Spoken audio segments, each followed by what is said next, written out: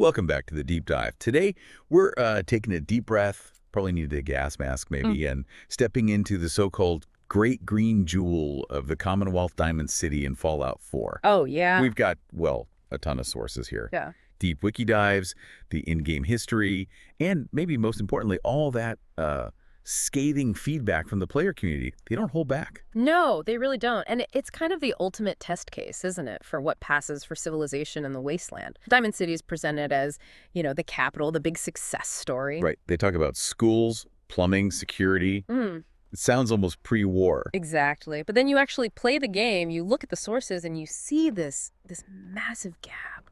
Is it really this shining beacon? Or is it, well, more like a fragile, maybe even cynical survival bubble? Yeah. Built on baseball memories and, frankly, a lot of fear. That's pretty much our mission today, isn't it? Yeah. We're trying to figure out how the official story, this prosperous city, squares with what players actually find, which is often frustration. Yeah. Is Diamond City genuinely stable? Or is it, like the critiques say, just a house of cards waiting for a breeze or, the sole survivor to stop propping it up? Because honestly, for a city supposedly 150 years old, It's kind of thrown together. it looks like they just finished building it yesterday with whatever scrap they found. Like, come on. But the lore insists on this stability, founded way back in 2130, right? That's over a century and a half after the bombs dropped in 2077. Which is ancient history in the Wasteland context. Absolutely. Most places are still just ruins and raiders. But Diamond City, they claim working infrastructure, a political system, it's supposed to be different. But then you hit the forums, and the player critique is just brutal. People call it small, static, even a disgraceful hub. Some player settlements, like a fully built-up castle, end up feeling bigger and more alive. Right. And that phrase, the Great Green Jewel, it starts to sound really sarcastic when you're looking at this glorified shantytown. Like, is this really the best humanity can do in 200 years?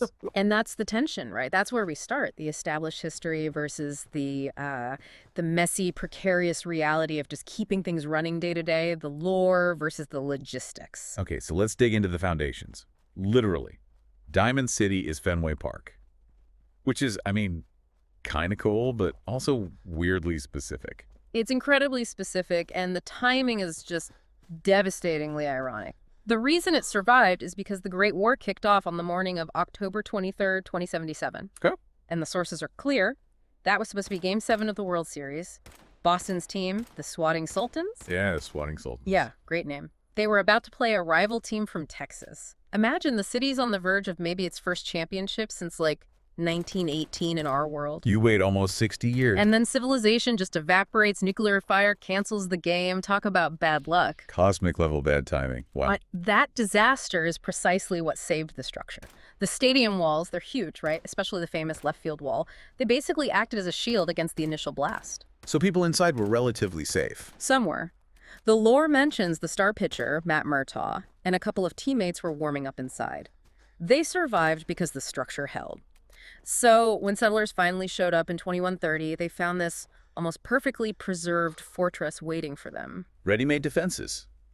And that left field wall, the green monster. Became the wall, capital T, capital W. They reinforced it heavily, and it became the city's main defense against, everything the Commonwealth throws at you. Raiders, super mutants, you name it. So the ruins of a sports stadium are literally what's keeping civilization alive there. Pretty much. Security is one thing, but what really sets Diamond City apart, the thing that should make it a metropolis, is its power source. Ah, right, the fusion generator. Exactly. Cheap, stable electricity from this fusion generator tower sitting right in the middle of the market, basically where the pitcher's mound used to be. And the irony there is just chef's kiss. Nuclear power destroys the world. But this one little piece of pre-war nuclear tech, a stable fusion reactor, is what gives Diamond City its biggest advantage. It's what allows for lighting, some working plumbing, the economy, stuff no one else really has reliably. That's a huge deal in the Wasteland. It's a game changer. Scientifically, it's a miracle. That's what separates DC from, say, Good Neighbor or Bunker Hill, places running on scavenged junk generators and volatile fusion cores. Diamond City has essentially unlimited power. Which makes the fact that it still looks like a shantytown even more baffling, doesn't it? It really sharpens that player criticism. You've got limitless power and you're building tin shacks. It feels like such wasted potential. But they really lean into the baseball thing. It's not just the location. It shapes the whole city layout. Oh, completely. The whole place is like a shrine to baseball. The bases are still there, marked out on the ground. Home plate, 1st Street, 2nd Street, 3rd You Street. can literally walk the diamond. You can. And the devs even put in that little achievement, the home run achievement for running the bases. Like they're saying, hey, remember what this place was? Exactly. This isn't just any settlement, it's a monument. And Yeah. they layer in all these deep cuts to Boston baseball history, too. The retired numbers you see up on the wall, 1, 4, 6, 11, 13, 21, 33, Yeah. those directly mirror real-world Boston Red Sox legends. Right. Guys like Joe Cronin, Bobby Dewar. Pesky's pole isn't there, but the numbers are. And then they name the weapons guy Mo Cronin, owner of the swatter shop. It just reinforces it constantly. It's a whole culture built around a game that never got finished. Wow. But beneath that nostalgic surface, the social reality is, well, it's pretty rotten. The stadium's layout basically baked in a class system from day one. Okay, let's unpack that. The Great Divide, you called it. Yeah, you've got the upper stands, that's the elevated seating area, that's where the wealthy live. Your big merchants, the caravan owners, the folks who've really profited from the city's safety, the elite. The 1%ers of the Wasteland. Pretty much. And then contrasting that, you have the lower fields. That's the actual baseball field down below. That's where everybody else lives. The laborers, the poor folks, the farmers trying to grow stuff in the dirt, living in makeshift shacks right under the gaze of the rich guys. It's like Gilded Age New York, but with more radioactivity. Mansions looking down on slums, all thanks to stadium design. And it even dictates where they hang out. The elite go to the colonial tap house up in the stands. The sources call them snobbish denizens who literally look down on the lower city. Charming. Meanwhile, the regular folks gather down in the Dugout Inn, run by those Russian twins, Vadim and Yefim Bobrov. It's a physical separation that just breeds resentment. And resentment is political fuel, right? Oh, absolutely. And it was weaponized perfectly by Mayor McDonough. This leads us to the Ghoul pogrom of 2282, which is just, it's the darkest mark on Diamond City's history. Pure, cynical politics. He ran on that Mankind for McDonough slogan, right? Anti-ghoul platform. Exactly, tapping directly into the fears and, crucially, the economic anxieties of the human population, especially the ones struggling down in the lower fields. But the really twisted part, according to Hancock. Yeah. Hancock, the ghoul mayor of Good Neighbor, who has zero reason to lie about this, he makes it clear McDonough didn't actually hate ghouls personally. So why do it? Because the upper stands voters, the wealthy elite, they wanted the ghouls gone. Hancock even suggests, maybe bitterly, maybe accurately, that they just wanted to improve their view from the stands. Oh, it's grim. It is. McDonough just saw which way the political wind was blowing, saw what the powerful wanted, and he delivered. He carried out the will of the people, meaning the will of the rich people, and sacrificed the entire ghoul population for his own career. It's the classic scapegoat move. Instead of fixing the poverty or the awful sanitation down in the fields. You find an enemy, kick them out, and make everyone else feel slightly better. The pogrom saw whole ghoul families just driven out into the ruins to die. And didn't he sort of bribe the lower class humans? That's the really insidious part. All the stuff the ghouls left behind. Their homes, their belongings, confiscated. And then McDonough's administration distributed that stuff to the poor human residents in the lower fields. Wow. It was a payoff. A sick kind of compensation to keep them quiet, make them complicit. It temporarily smoothed over the class tension by giving them a common enemy and a tiny bit of loot. So he solves his political problem by manufacturing an atrocity and then handing out the spoils. Ugh. And this whole mess is happening against a backdrop of constant fear about the Institute, right? Decades of paranoia. It started way back with the broken mask incident in 2229. A visitor, seemed human, called himself Mr. Carter. Suddenly goes berserk in a bar, security takes him down, and surprise, he's a synth. Ah, the moment they realized the enemy could look just like them. Exactly, that one incident planted the seed, and it grew for decades, fueled by these regular, unexplained disappearances, people vanishing, the Institute replacing key figures. It just fed this constant, low-level witch hunt mentality. Every little odd thing gets blamed on synths. And then, the ultimate twist. The mayor himself, McDonough, turns out to be one of the Institute's infiltrators. Of course he is. His whole job wasn't just governing, it was making sure Diamond City stayed chaotic, inwardly focused, never strong enough to actually challenge the Institute. Even his anti-ghoul stuff served a purpose, stirring up trouble for independent farms run by ghouls, like the Codman family's place, keeping food supplies shaky. It's layers upon layers of messed up. Yeah. Which makes Nick Valentine even more interesting. A synth detective, openly operating in the most anti-synth city around. How does that even work? He's the ultimate exception that proves the rule, right? Mm. Nick never tried to hide what he is, but he earned his place. He became kind of a local legend years ago when he saved the previous mayor's daughter from kidnappers. So he proved his worth. He proved his worth, paid his dues. People trust him because he's a known quantity, a hero even. He's not like the unknown synths who might be replacing your neighbor or the noodle stand guy. But that trust must be paper thin. You've got characters like Myrna at the surplus store. Oh yeah, Diamond City Surplus. She's practically vibrating with paranoia, questioning customers, muttering about synths. She's ready to lead a mob at any moment. The city is always just one incident away from boiling over again. Which brings us to Piper Wright and her newspaper. Public occurrences, yeah. And she didn't start it as a hobby. The lore says she founded it out of sheer desperation. To fight back against all the corruption and lies. Exactly. Fighting McDonough's regime, calling out the city's problems, everything from the political deals to the terrible state of the defenses, like that infamous detail about a hole in the wall being patched up with, what was it, a bookcase? A single glorified bookcase. Yeah. Yes. It's such a perfect symbol. This supposedly secure city held together with furniture and wishful thinking. It really sums up the gap between the reputation and the reality. And Piper's activism, even daring to suggest McDonough himself might be a synth, that really started to rally people who wanted change. She's kind of the city's conscience, or maybe its last hope. Okay, so the lore says safest place in Boston. But the reality on the ground seems less convincing. That's putting it mildly. This is where we really have to tackle those player criticisms head on. Because, look, I get the complaints about the shacks and the size, but they do have the wall. They do have fusion power. But that's got to count for a lot, right? Are players just expecting, I don't know, downtown Manhattan in the post-apocalypse? Is the critique really fair to the game engine or the setting? I think the critique has teeth, mostly because the threats aren't hypothetical. They're right there all the time. The sources are explicit. The city is infiltrated by the Institute internally and surrounded by super mutants and mercenaries externally. The guards aren't just standing around looking tough. No. The lore says they're actively struggling to keep the super mutants at bay, like right outside the main gate. Safety here just means you didn't get overrun today. It's constant pressure. And the neighborhood itself is just awful. The Back Bay. It's a death trap. Leighton Towers nearby is a known raider base. And Trinity Tower, practically next door, is that super mutant stronghold decorated with, well, meat bags and bloody spikes. Charming neighbors. Yeah. Diamond City isn't an island paradise. It's like a heavily armed lifeboat in a sea full of freaking sharks. And logistically, this is where that House of Cards idea really hits home. Let's talk food. Seriously, look at the size of the place in-game, that little patch of dirt on the field. It's tiny.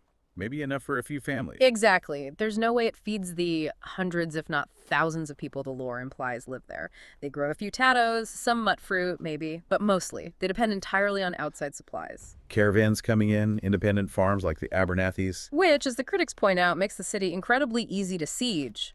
All an enemy has to do, the Institute, a big raider gang, whoever has cut off those caravan routes, hit those farms. Which are constantly under attack anyway. Right. Cut those lines, and Diamond City starves. Probably pretty quickly. They might have caps, but they're totally dependent on a fragile supply chain through hostile territory.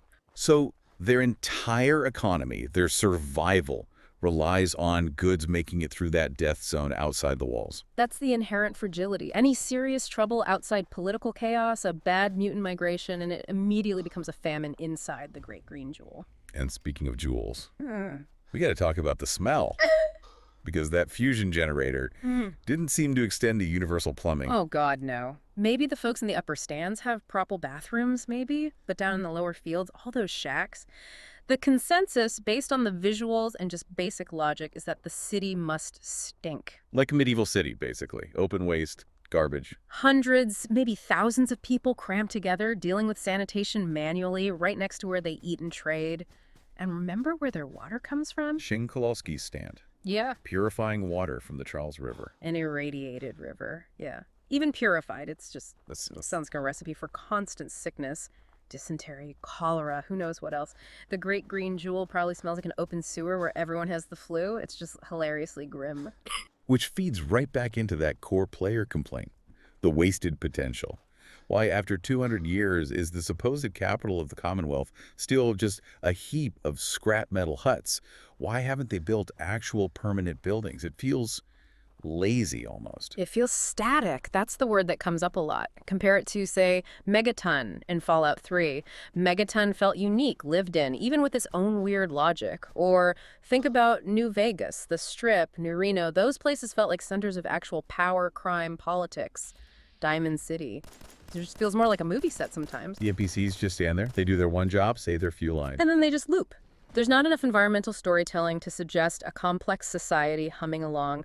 Where are the union organizers for the field workers? Where is the organized crime trying to control the water trade or the chems? Where are the political factions beyond McDonough's cronies and Piper? It lacks that depth. Even the snobby guy Wellingham. He's no Nazim from Skyrim, right?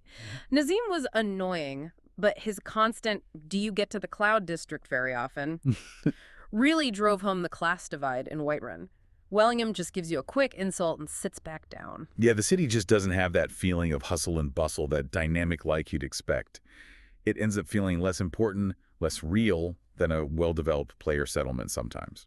Which is probably why, for most players, it becomes just a place to dump loot and maybe grab a quest. You go there for the main story beats. Right, the initial entry, finding Nick, maybe you see the synth execution scene, deal with McDonough. And then you fast travel there to trade, maybe pick up Piper or Nick, and leave.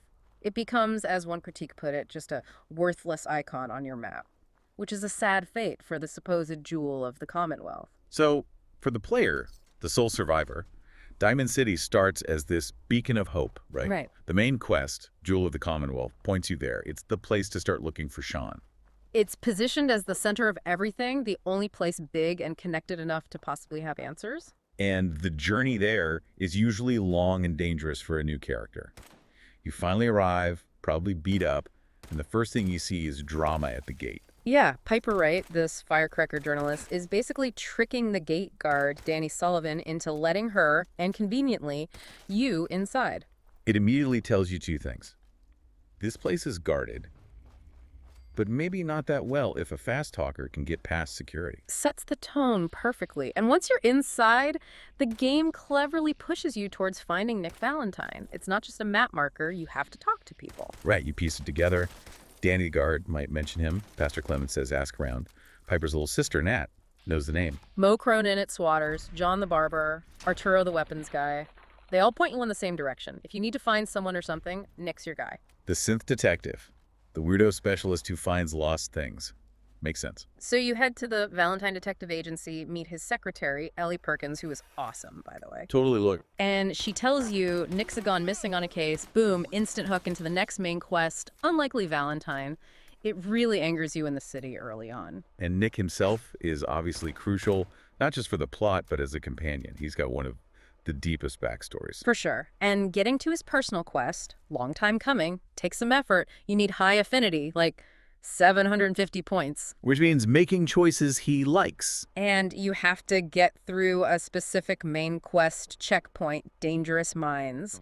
So the game makes you invest in both the main story and your relationship with him. And his likes and dislikes really paint a picture of him, don't they? He's all about intellect and helping people. Absolutely. He loves it when you hack terminals, especially non-hostile ones. Shows cleverness. He likes it when you're generally heroic, nice to random settlers, solve problems without just shooting everything. Like helping that poor kid Billy out of the fridge. Total Nick move. Peak Nick Valentine morality, yeah. He's got that classic noir detective, good guy in a tough world vibe. But he hates the opposite. Oh yeah. Stealing, pickpocketing, being a cannibal, definite dislikes or hates, random murder, obviously. And interestingly, he specifically dislikes it when you join the Brotherhood of Steel. Ah, because he sees them as. Well, think about it. He's a synth, an oppressed minority who's lived his whole life under suspicion in Diamond City. He recognizes authoritarianism, that kind of rigid military us versus them mentality, even when it comes wrapped in shiny power armor and claims of saving humanity. He's wary of that kind of power. That makes perfect sense. Yeah. Okay, let's shift gears a bit. Speaking of chaotic systems and maybe questionable morality, we need to talk about a book that just completely messes with how you level up in Fallout 4. Ah, yes. The infamous idiot savant. The name itself is loaded, right? It's an old, kind of outdated term for savant syndrome. suggesting this weird mix of limitation and brilliance. And it ties perfectly into this theme of chaos being a survival strategy in Fallout. Diamond City survived through the sheer luck of Fenway Park being there and having that generator. Idiot Savant lets the player survive and thrive through the sheer luck of random XP bursts. It's wild. Yeah. You need luck 5 just to get the perk, which makes sense. But the core idea is that it rewards you for low intelligence. Exactly. It gives you this random chance for a massive experience point. Multiplier starts at 3 times XP at rank 1, goes up to 5 times XP at rank 2. 5 times? That's huge. It is. But here's the kicker, the part that breaks everything. The lower your intelligence stat, the higher the chance of that bonus triggering. Yeah. So being dumber makes you level up faster. Yeah. In huge random jumps. Pretty much. We got to look at the math quickly because that's why it's so effective. Yeah. In Fallout 4, putting points into intelligence gives you a steady, reliable 3% additive XP boost per point. It's consistent, but kind of slow. Okay, predictable. Idiot Savant, though, is this massive multiplicative bonus that hits randomly. So if you intentionally keep your intelligence super low, like 1 or 2. Which feels wrong if you're trying to be smart. Totally. But doing that drastically increases how often you get those 5x multipliers. With rank 2 and, say, INT 1, you've got roughly an 11% chance. Every time you gain any XP, killing an enemy, picking a lock, finishing a quest to get 5 times the normal amount. Wow, so over time. Over time, even though you're dumb, the average XP you gain from those huge random spikes statistically blows past what a high intelligence character gets from their steady 3% bonuses. You level up way faster. Until maybe super high INT levels. Yeah, you need really high intelligence, like 15 or more, which means sacrificing a lot of other special points before the consistent bonus starts to maybe outperform the average gain from Idiot Savant.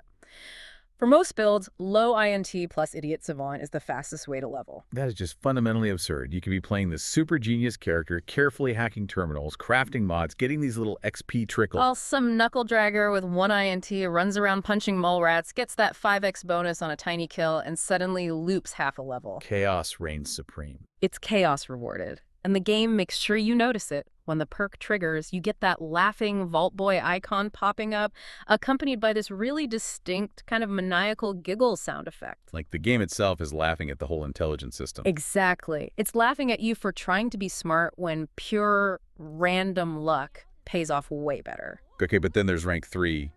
That comes later, right? Level 34 or something. Yeah, and rank 3 adds another layer of weirdness, a potential downside, actually. It introduces a new effect.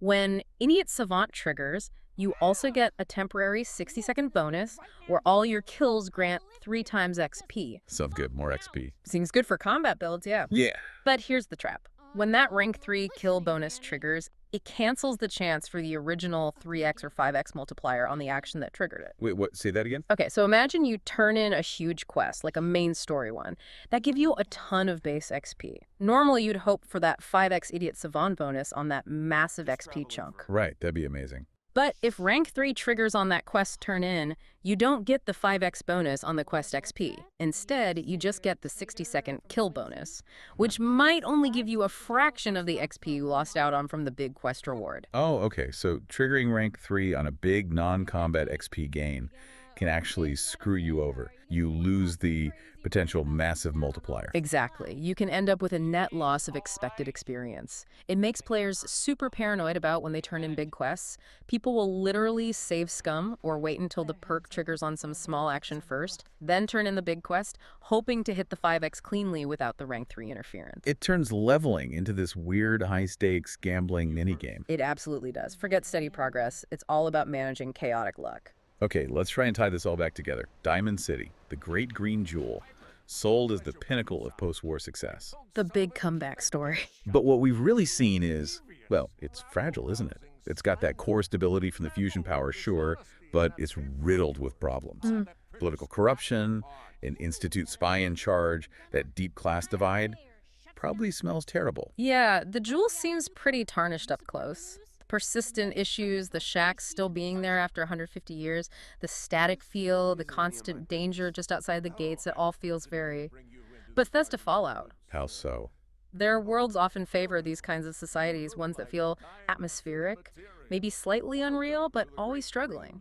Small communities defined by chaos and luck, hanging on by a thread, rather than, say, fully rebuilt nations like the NCR and the West Coast games. So Diamond City isn't supposed to be a perfect city-state. It's more like a successful survival bubble. Exactly. It's a bubble that's managed to last, but it feels permanently on the verge of popping.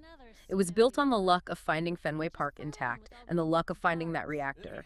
Not really on brilliant long-term planning. They got lucky, and they've been riding that luck ever since. Which, weirdly, brings us back to idiot savant right. The city survives through luck and chaos, and the game mechanics suggest the player thrives best through luck and chaos, too. Rational planning takes a back seat to random chance. Okay, so, final thought for you, the listener, chewing on all this. Yeah. If you had to place your bets, stake your life on a survival strategy in the Commonwealth. Knowing everything we've discussed, the Institute watching, the super mutants at the gates, the sketchy politics, the bad plumbing, The smell. the smell. Would you really trust the Great Green Jewel as your long-term home? Put down roots there. Or would you maybe be better off just living inside a suit of power armor? Remember what those things can do. It's not just combat gear. Right, the lore says they're basically personal habitats, recycles air. Systems to cleanse food and water. And yeah, the famous detail, it recycles your urine for hydration. It's a self-contained survival pod, high-tech individual. So the choice becomes, do you trust the messy, corrupt, but maybe communal survival inside Diamond City's walls? Or do you trust the isolated, technologically advanced, but maybe lonely survival inside your own personal tank? Which vision of post-apocalyptic life feels safer, more sustainable? Yeah. The chaotic city or the controlled suit? Diamond City might have the fusion power, but the power armor means you don't need McDonough's permission or Shane Kowalski's potentially questionable river water. Something to think about. Choose wisely out there. Today, we are pulling the trench coat and fedora out of the archive. Gonna give him a good look over. Forensic analysis time. You got it. We That's are right. plunging into the lore, the critique, and yeah, even the technical notes surrounding maybe the most celebrated and definitely one of the most uniquely built companions in the whole modern Fallout franchise. It has to be Nick Valentine, the neo-noir machine himself. Exactly, Nick Valentine. He's such a fascinating character because he's right at that crossroads, where the Institute's creepy synth program, that cold sci-fi horror. Yeah, the body snatcher stuff. Right. That stuff just slams head-on into this classic, cynical, almost romantic, hard-boiled detective thing from the 40s and 50s noir films. He's way more than just a companion, though, isn't he? He feels central, like the moral anchor, the lead investigator for you, the sole survivor. Oh, absolutely. Yeah. And honestly, without him, the main quest just kind of falls apart. Yeah. He carries so much of that early to mid-game narrative. He really does. He carries the weight of the Commonwealth, or at least a big chunk of its story. And the fan consensus, you see it everywhere in the sources we looked at, it's overwhelming. People argue he's maybe the single most unique, most interesting character Bethesda cooked up for Fallout 4. Full stop. Yeah, you hear that a lot. Yeah. Sometimes even that he's the one thing that makes the whole game structure really shine, or the redeemable qualities, a phrase that pops up. So why? Why this intense dedication from the players? What is it about this specific pile of scrap metal and, well, borrowed memories that hits so hard? That's the mission, right? We're here to dissect that exact hype. We need to dig into his, frankly, bizarre creation story as a Gen 2 prototype. That whole personality transplant thing. Shudder. Yeah, it's unnerving. And his moral code, how it guides him, especially in a place like Far Harbor. And then we got to tackle the big one, the companion debate. Does our guy Nick really hold up against the absolute legends from Fallout? New Vegas. Okay, let's unpack this whole thing. We've got layers here, lore, deep cuts, literary references he drops, that really unsettling history with Dima, his sort of brother. Yeah, his prototype brother. It's complicated. We absolutely have to start with the basics, though. What is Nick Valentine? Because he's not just a synth, he's a prototype. And that one word, prototype, seems to define everything about him. That word prototype is everything. You nailed it. Nick Valentine is a Generation 2 prototype synth. He's stuck in this weird, kind of uncomfortable middle zone. How so? Well, the Institute designed him to be, let's say, deliberately less perfect than what they were ultimately shooting for with the Gen 3s, but way, way more advanced than their first tries. Right. You look at the timeline, the Gen 1s were basically walking skeletons, clunky, all metal, dumb as rocks, like the ones you fight all the time. Yeah, cannon fodder, mostly. Then you jump way ahead to the Gen 3s. The bioengineered ones? The ones that look perfectly human. The ones Nick says are giving everyone the willies these days. And he's right. The terror of the Gen 3 is that you can't tell. Deception is their whole deal. But Nick, He's different. He's purely mechanical. You can see the wires, the busted plastic casing, the metal skeleton underneath in places. He can't pass for human. Not even close. He's a machine, plain and simple. He's not trying to hide it. He even jokes about needing tune-ups now instead of checkups. So his identity is openly synthetic, but his mind, his consciousness, that's human, right? Or at least based on a human. Exactly. And that's where it gets really dark, really fast. The personality transplant, his whole persona, the detective skills, the way he talks, all the memories of a life lived before the bombs fell. He just copied it. Lifted it. Wholesale. From a pre-war cop, the original Nick Valentine, who actually volunteered for an institute experiment, they were testing if they could put an individual personality onto these new synthetic brains. Wait, he volunteered for this? Well, probably not for this exact outcome, wandering the wasteland a century later. Epic. But yeah, volunteered for brain scanning, memory transfer experiments. The institute wasn't doing it for kicks, though. They weren't trying to save a soul. They were just testing the hardware, pretty much. Seeing if these prototype brains could even handle a complex human personality. And the lure's clear. It took several weeks. They kept trying to install this personality onto hardware that might have been faulty or just not compatible yet. That sounds awful, like trying to install Windows onto a toaster oven that keeps crashing. It's a good analogy, actually. Imagine trying to load the most complex OS ever made onto a hard drive that blue screens halfway through every single time. So they'd have to, factory reset the consciousness. Wipe it clean, try again. Copy the personality, install it. Maybe the prototype body rejects it or glitches out. Wipe it, try again. Think about the implications. Each failed attempt might have left fragments, ghosts in the machine, remnants of consciousness flickering in there. So the Nick we meet, the one walking around Diamond City, he's the version that finally stuck. After who knows how many failed installs, he's the survivor of a really torturous process. His very identity is this forced, possibly overwritten file. And it immediately brings up that central question. Is Nick Valentine the metal body? Or is he the memory program they crammed inside? And if the hardware itself is maybe kind of glitchy, is that memory program ever truly stable? Can it degrade? Exactly. It's a fundamentally dark origin story. It raises the stakes immediately. He's carrying the ghost of another man's life, and that man's memories now dictate his whole existence. And those memories kind of demand a certain look, right? Oh, absolutely. The trench coat, the fedora, the perpetually damaged appearance. Yeah. It perfectly nails that post-apocalyptic 1950s-esque world, as one source put it. Well, He's just dripping with neo-noir style. and you absolutely have to talk about the voice acting. Stephen Russell, just phenomenal. Perfect. Couldn't imagine anyone else. It's smoky, it's tired, it's sarcastic, perfectly capturing that silent, strong type bogey trope. Humphrey Bogart in robot form. It's a very deliberate callback, isn't it? A detective archetype lifted straight out of 1940s movies, Sam Spade, Philip Marlowe, but made of scrap parts and existential dread. But here's the thing, he's not just a trope. He backs up that whole persona with more than just witty one-liners. He's got actual depth, literary weight. Like when the Brotherhood shows up, that huge airship, the Pridwin darkening the sky. Yeah, he doesn't just go, wow, that's big. He quotes Edgar Allan Poe. Deep into that darkness peering, long I stood there, wondering, fearing, from the Raven. Right. It immediately reframes the Brotherhood. They're not just soldiers. They're this overwhelming, almost gothic force descending on the Commonwealth. He's not just reacting. He's pulling on literary history to process the moment. He sees the potential for tragedy. And he does it again, even more intensely, in Far Harbor. Oh, yeah. If you, the sole survivor, make that terrible choice, the nuclear option, destroying the children of Adam at the nucleus. He drops the Oppenheimer quote, the big one.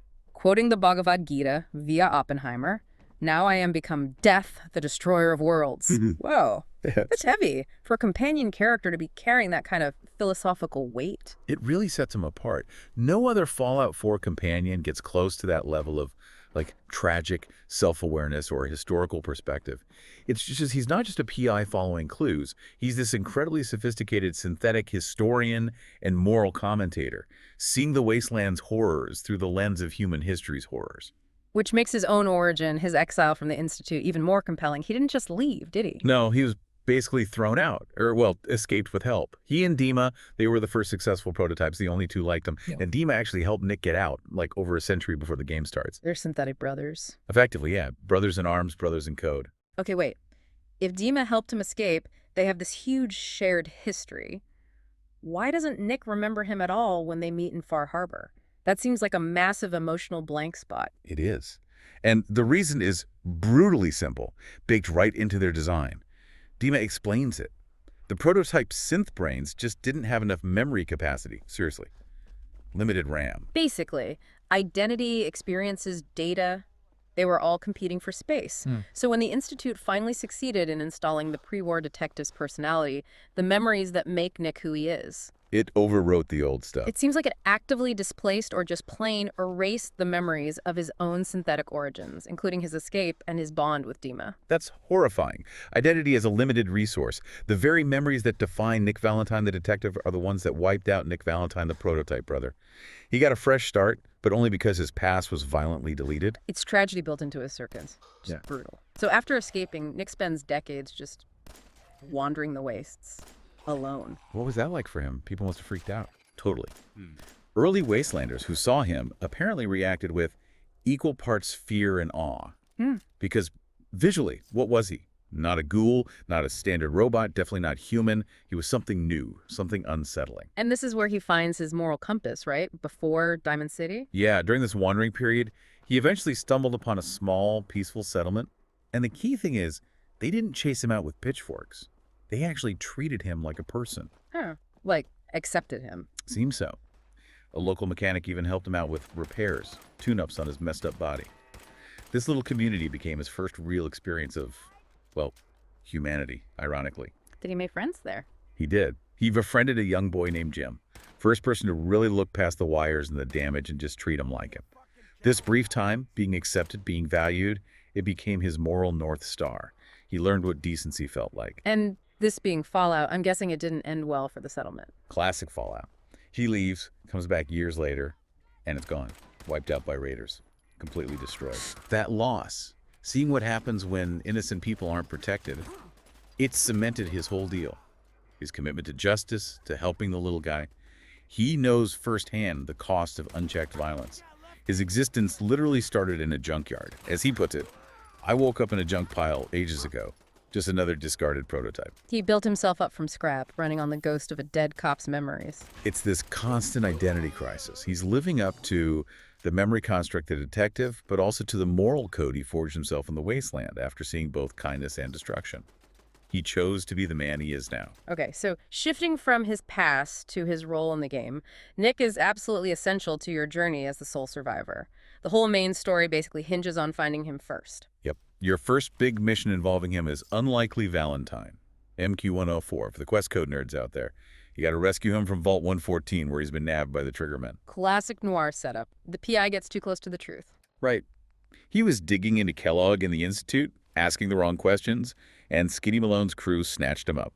And Ellie Perkins, his awesome assistant back at the agency, she tried to warn him. What did she say? She tells you, I told Nick he was walking into a trap, but he just smiled and walked out the door like he always does. He just accepts the danger. The case comes first, even if it means walking into an obvious setup. Okay, so he's held captive by Skinny Malone and his girlfriend Darla deep in the vault.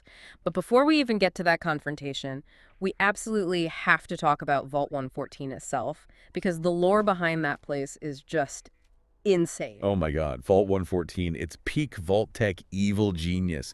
It's not about surviving the apocalypse, it's pure psychological warfare. It was supposed to be luxury, right, for rich people. That was the lie. They gathered folks who thought they were upper class, promised them posh underground living. Then they shoved multiple families into single rooms, made them share bathrooms, basically stripped away all their status symbols. But the real kicker was the overseer. Oh, the overseer selection process. It's legendary. Vault-Tec didn't want competence. They wanted the most incompetent, anti-authority, possibly delusional person they could possibly find. Someone guaranteed to drive the status-obsessed residents absolutely nuts. And they found him. They found Soup Can Harry. The interview logs are amazing. Yeah. He refused to give his real name, said it was a government brand, apparently believed taxes funded Illuminati-free Mason sex parties. No way. Totally. The Vault-Tec interviewer basically went, perfect, and hired him on the spot. And wasn't there something about pants? Yes. Soup Can Harry agreed to be overseer only on the condition that he ain't wearing a no goddamn tie or pants. He ran the vault pantless? Apparently. Yeah. And the internal memo to the vault staff. It explicitly told them not to interfere with his authority even, and I quote, and especially, if it may cause physical discomfort, embarrassment, or harm to residents. That's diabolical. They wanted chaos. They wanted this pantless conspiracy nut who ate cleaning supplies to psychologically torture the residents. It was purely about breaking their spirits, destroying their sense of social standing. It's such brilliant, dark, environmental storytelling about the pre-war world's casual cruelty. And Nick's just stuck in the middle of this failed social experiment bunker. Okay, so you find him. The confrontation with Skinny Malone and Darla, it's interesting because you don't have to fight. Right, you can actually talk Darla down, appeal to her history with Skinny, maybe point out he's kind of a loser now. Or you can just insult Skinny and start a firefight. But the game often rewards the peaceful route, which fits Nick's style. He's always looking for the non-violent angle, if possible. Even when he's tied to a chair. I love little touches, like when you're navigating the vault, all those stairs, he just deadpans. More stairs. Who built this damn vault? A fitness instructor. Laughs, keeps his sense of humor. Okay, so after you rescue him, his personal quest, long time coming, kicks in. This feels like direct follow-up to his origin. It absolutely is. It's closure. It's the direct continuation of the original human, Nick Valentine's last unsolved case, tracking down this old-school gangster, Eddie Winter. Who's still around thanks to ghoulification. Yep. So you spend the quest digging through old files, listening to holotapes, basically reconstructing this pre-war crime story until you finally confront Winter. And the interesting thing here is how other companions react, specifically Piper. Yeah, Piper Wright, the idealistic journalist who usually hates it when you just murder people. But when you finally track down and kill the ghoul Eddie Winter, she loves it, capital L love. That's huge coming from Piper. It totally legitimizes the kill. It frames Nick's definition of justice, closing this ancient festering case. Taking out someone irredeemably evil is something even the Commonwealth moral purists can get behind. It's presented as a necessary act, not just another Wasteland murder. Okay, so that wraps up his pre-war baggage. But his story really expands in the Far Harbor DLC. That feels like his territory. It's Nick Valentine's playground, absolutely. The whole thing starts because the Nakano family hires him. Their daughter, Kasumi, ran away to Far Harbor because she thinks she might be a synth. A perfect case for Nick. Identity, fear, synths, it's all there. Exactly. And we get some nice background flavor too. Turns out Kenji Nakano, the dad, has history with Nick. Some old case went sideways, involved a double cross. And didn't Kenji mention getting shot, like Nick's fault? Well, indirectly. He says he's still got a piece of lead lodged in his hip from that whole mess. Just paints a picture of the kind of trouble Nick tends to find himself in. Comes with the job. So Nick and the sole survivor head to the island, and the big moment, narratively, is the reunion with Dima at Acadia. Yeah, the settlement Dima founded for runaway synths. Dima, who remembers everything about their shared past, their escape. He's clearly emotional about seeing Nick again, calls him brother. But Nick doesn't really reciprocate right away, does he? He's hesitant. He's resistant, reluctant to just jump into calling Dima brother. And this really highlights the core difference between them. Dima thinks in terms of the collective synths need to stick together, hide, be an example, build their own future. He's got this grand vision for synthkind, but Nick, he pushes back against that. He defends the messy individual morality he learned on the streets of Diamond City. He tells Dima straight up, I'm not looking to be anyone's example. You help who needs help. It doesn't have to be more than that. Individualism versus collectivism, hard-won street smarts versus idealistic, maybe slightly detached synth philosophy. Exactly. And Far Harbor becomes this testing ground for Nick's own code. He has really strong opinions on all the faction choices you face there, the Harbormen, the Children of Adam, Acadia itself. He doesn't want you wiping anyone out. He hates mass violence. He consistently pushes for peace, for compromise, even when it seems totally impossible between those groups. He maintains this incredible ethical clarity throughout. Like, if you side with the Children of Adam and destroy the town of Far Harbor, his reaction is immediate and brutal. He just tells you, flat out, this was a massacre. No mincing words, he holds you accountable. He might be made of metal and plastic, but his moral operating system, it's maybe the most finely tuned and least corruptible in the whole damn game. Let's dig into that moral operating system, because Nick really does feel like the most reliable ethical guide in Fallout 4. His code seems super consistent. Justice, honesty, protecting the little guy. It is remarkably consistent. You look at his likes and dislikes. It goes beyond just be nice. He likes selfless acts, sure, but he also specifically likes it when you hack unowned computer terminals. Really? Why that? It seems to show an appreciation for, like, intellectual curiosity and information gathering, as long as you're not stealing from someone specific. But try hacking a terminal someone owns. He hates it. He hates theft, hates exploiting people. What else does he like? He likes it when you convince Mama Murphy to stop taking chems. Not out of judgment, but because he sees it as preventing someone from wasting their life. He likes returning the death claw egg in the devil's due. Compassion for a giant monster lizard baby. Seems like it. Respect for life, maybe? He likes refusing bribes, like the one from AJ in Vault 114. He's just relentlessly ethical in a world that encourages the opposite. And his views on money and power. Very clear. He constantly dislikes it if you demand more money for jobs, if you bribe people, if you use intimidation to get caps. He's fiercely anti-greed. And anti-slavery, which is huge given the synth situation, absolutely critical. When you first meet Desdemona from the railroad, if you choose the dialogue "slavery is wrong," Nick likes that. He sees the Institute's treatment of synths entirely through that lens. It's forced servitude and it's wrong. Which explains his faction leanings pretty clearly. He's pro-railroad. Makes perfect sense. They're the abolitionists fighting for his kind. But contrast that with his reaction to the Brotherhood of Steel. Deep suspicion from the get-go. Instantaneous. Remember, he's a detective. He reads situations, assesses threats. The moment that giant airship arrives, he flags them. He sees Maxon's zealotry. He sees the massive firepower. And he predicts conflict. His line is perfect.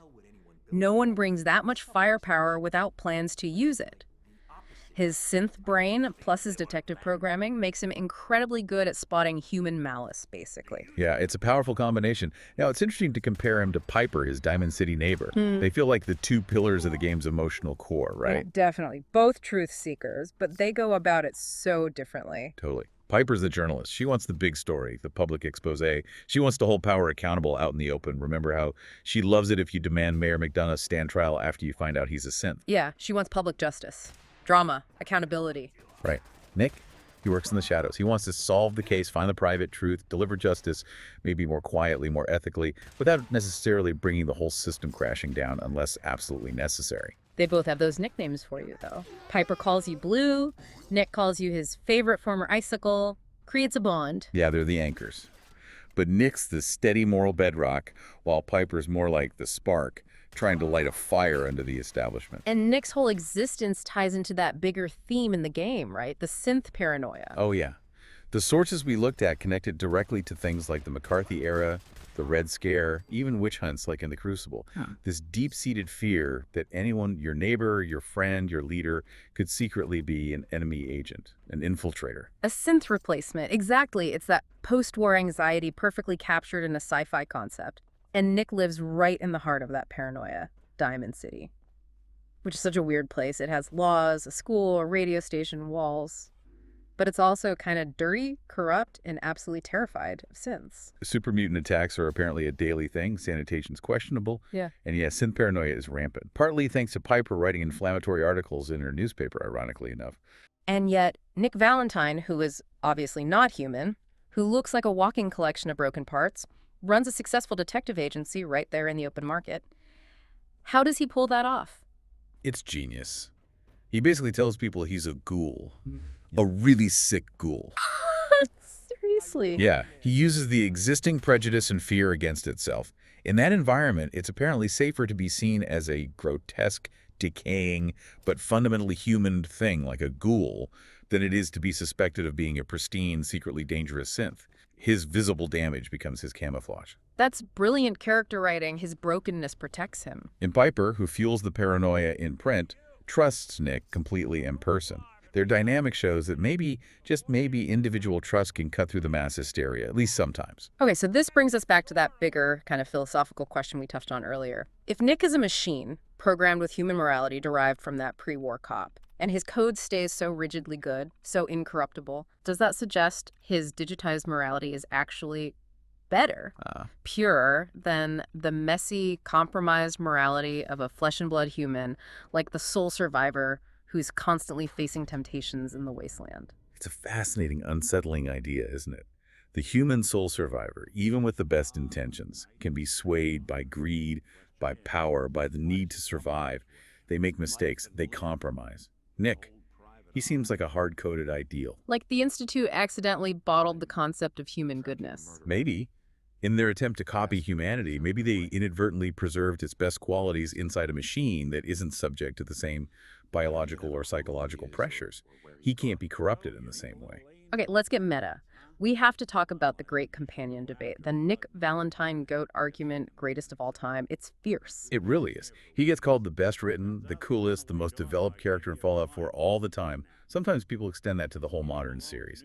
And the argument for him is usually tied to his role, right? Yeah, functionally, he's crucial. He literally guides you through the first half of the main story. Finding Sean, it goes through Nick. Dealing with Kellogg, Nick is essential. The memory den sequence, Nick. Plus, he anchors the entire Far Harbor DLC. He's not just along for the ride, he's often driving the plot. But, there's always a but, the fallout. New Vegas counter-argument. People always bring up the NV companions when discussing the best. Oh yeah. The sources are full of it. Nick versus Raul Tejada, Nick versus Veronica Santangelo, Nick versus Cass. It's a classic fan debate. And what's the core criticism of Nick in that comparison? It usually boils down to whether Nick is an incredibly well-executed trope, the hard-boiled synth detective, rather than a fully dynamic, evolving character. The argument goes that once he solves the Eddie Winker case, his personal arc is kind of done. He doesn't change much after that point. I can see that. Characters like Raul, the ghoul vaquero you mentioned, his companion quest forces him to make a fundamental choice about who he wants to be going forward. Does he stay the quiet mechanic or embrace his past as a legendary gunslinger? That feels like deeper evolution. It's a fair point. Raul, Veronica dealing with the Brotherhood, Cass with her caravan company, they have these really personal journeys that change their outlook, often with bittersweet results depending on your choices. They feel more malleable. Whereas Nick is consistent, stable. But you could argue that stability is his strength, especially in Fallout 4's context. Maybe that game needed a stable moral center like Nick, precisely because the world and the player's choices are so chaotic. He's the anchor in the storm. The New Vegas companions are complex individuals navigating complex faction politics. Nick is more like a symbol of pre-war justice trying to hold on in the post-apocalypse. He fills the archetype perfectly. It's a solid defense. But it does highlight another criticism you see a lot. Fallout 4's missed opportunity with companions overall. Yeah. The fact that you, the sole survivor, are from before the war, but you barely have anyone to share that history with. Exactly. Fans really wanted like a ghoulified army buddy you served with, or maybe a pre-war neighbor who's now a ghoul. Someone who could actually say, hey, remember that bar in Scully Square, or remember the day the bombs fell? Instead, Nick has to carry all that pre-war weight, using the memories of a dead cop he never met. It creates this weird disconnect. He talks about the past, but it's not your past, even though you're the one who actually lived through it. Such a missed opportunity. And speaking of missed opportunities, Kellogg. Oh God, the Kellogg tease. Yeah. That still annoys people. Right. After you go into Kellogg's brain in the memory den, everyone expected something more to come from that. The setup was huge. The idea that maybe fragments of Kellogg's ruthless mercenary personality could linger, maybe start messing with Nick's programming, maybe even try to take over his body. That would have been incredible. An internal battle inside Nick's head. The detective versus the killer. You'd have to figure out how to help him, maybe choose which personality survives. It had the potential to be the most unique, most complex companion quest in the whole series. Sci-fi horror meets psychological drama, but nope. The game just drops the thread completely. Feels like a huge chunk of potential story just left on the cutting room floor. Massive letdown. And then there's the other big fan request or complaint. The romance option. Yeah. You see it constantly. People really wish Nick Valentine was romanceable. He's charming. He's loyal. He's arguably the most decent person around. It is kind of weird, isn't it? Given his popularity and the fact you can romance some, let's say, less universally appealing characters, maybe Bethesda thought the mechanical body was a bridge too far. But fans clearly didn't agree. Seems like an odd line to draw. Okay, last thing. We've talked philosophy, lore, character arcs, but we have to acknowledge the reality of playing a Bethesda game. Nick, for all his cool, is still buggy as hell sometimes. Oh, absolutely. Oh. The Commonwealth's greatest detective, who also occasionally just disappears, vanishes into the ether, forcing you to fast travel around, hoping he reappears. Or gets stuck sitting down permanently. The infamous permanent sitting bug. Takes a bit too much damage, decides to take a load off forever. Until you shoot him or stimpan him back to his feet. Which, again, leads to that great line when you heal him. And that's how they put Nick back together again. That perfect, dark Humpty Dumpty reference. He knows he's broken, literally pieced together. And my personal favorite, weird glitch, The machine gun turret sounds, laughs. Oh god, yes. Where he just starts constantly emitting this loud arcanoid noise for no reason. The silent, brooding detective suddenly sounds like a walking defense turret. Kills the mood just a little bit. It's the essential Bethesda experience, right? Deep thoughts, occasionally interrupted by hilarious technical failure. He's a buggy masterpiece. It almost makes him more endearing in a weird way, more human. Okay, so we've gone from his creation, that forced personality transfer, through his moral journey, his key role in the story, the Far Harbor Crucible, and the endless fan debates and technical difficulties. Yeah, Nick Valentine really is this incredible blend. He's got the chilling sci-fi horror of the Institute's creations mashed up with the classic cool aesthetic of a pre-war gumshoe detective.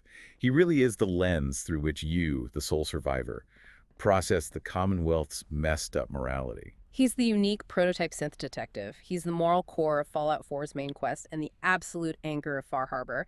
And he's ground zero for massive fan arguments about what makes a companion truly great. Unquestionably iconic, a truly irreplaceable part of that game.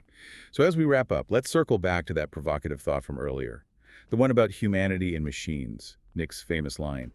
The Commonwealth can take a real toll on you if you let it. Seen this place make monsters out of men. He's talking about how the Wasteland grinds people down, morally compromises them, survival makes monsters. But Nick himself seems immune to that specific kind of degradation. He's a machine running on code derived from human memory with this unwavering focus on justice. Does his ability to stay good, to resist the temptations and compromises that wear down humans, does it prove something? Prove what, exactly? That maybe the best parts of humanity, the ideals, the justice, the compassion, the loyalty, are only truly safe, only perfectly preserved when they're digitized, taken out of the messy, corruptible, flesh and blood reality of the wasteland, and insulated inside a machine. So what does this all mean? Did the Institute, trying to replicate humans for their own creepy reasons, accidentally perfect human morality simply by putting it in a durable, incorruptible container? Is the most human character in Fallout 4 the one who isn't human at all? Maybe the most reliably good character, anyway. It means the guy made of wire, scrap, and borrowed memories might just be the ethical high watermark in the entire Commonwealth. And that's a case file definitely worth keeping open. A case indeed. Well, that's all the time we have for this deep dive. Thanks for tuning in. See you next time. I have my ways. Really? Huh. Well, I'm glad those ways included shooting down mobsters. Wasn't looking forward to haunting that place. Now, you mentioned something about tracking down a murderer and how he took your son. I want you to come to my office in Diamond City. Give me all the details. Besides, I think you've earned a chance to sit down and clear your head. I'll meet you there. See you in Diamond City.